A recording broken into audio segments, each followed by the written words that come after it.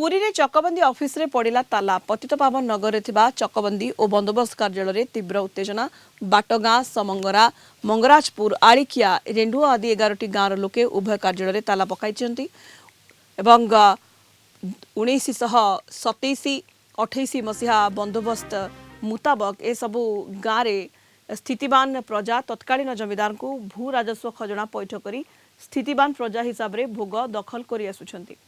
ओडिशा जमीदारी उच्छेद आईन 1954 और 1974 संशोधन पर बाटगां समंगरा और पुरी सदर अन्य मौजारे थिबा श्री जगन्नाथ महाप्रभु जमीदारी सह 27,000 माहौल मध्य राज्य सरकार को उपरे न्यस्त करागला।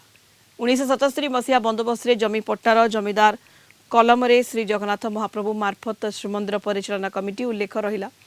परवर्ती समय रे सुप्रीम कोर्ट तांकर राय रे 1988 मुताबक श्री जगन्नाथ महाप्रभु जमीदारी उच्छेद निष्पत्ति को ठीक बोली दर्शाइले। तेबे राजस्व विभाग अवहेला जोगु जमीपट्टार जमीदारी कलम रे ओडिशा सरकार नाम उल्लेख होई नाही। 2012 मसीह भूसंपत्ति बिक्री बंधक उपरे श्रीमंदिर प्रशासन रोक लगाइछंती। वर्तमान बंदोबस्त चलिथिबा बेले संपूर्ण प्रजा स्वतः काटिबा पई उद्यम हेउतबारु शह शह ग्रामवासी एकाठी होई उभय चकबंदी और बंदोबस्त कार्यालय घेराव करिछंती। मंदिर प्रशासन सदाबले जड़े आईएएस अधिकारी रोचंती अंडर रे माने सब काम करूचंती से फल माने जहाँ चाहूँगी आईन टाक हाथ को नौ। आज आम यार प्रतिवाद स्वरूप आसुचु आम चाहूँ सर्वोच्च न्यायालय आईन मुताबक आमर पट्टा संशोधन कराऊ। आम कौन कहूनु जे आम जबरदस्ती करूँ आईन मुताबक सर्वोच्च न्यायालय जहाँ आमको प्रजा देती जमीदार उच्छेद से हिसाब से आपण या विचार करतु आमको पट्टा हस्तांतर कर जे पर्यंत आमको पट्टा न मिली आम एठू ऑफिस टू ओहरबुन। पट्टा आमर ओडिशा सरकार रहू कि जगन्नाथ रहू पट्टार रोचे गोटे रोचे ओडिशा सरकार गोटे रोचे जगन्नाथ।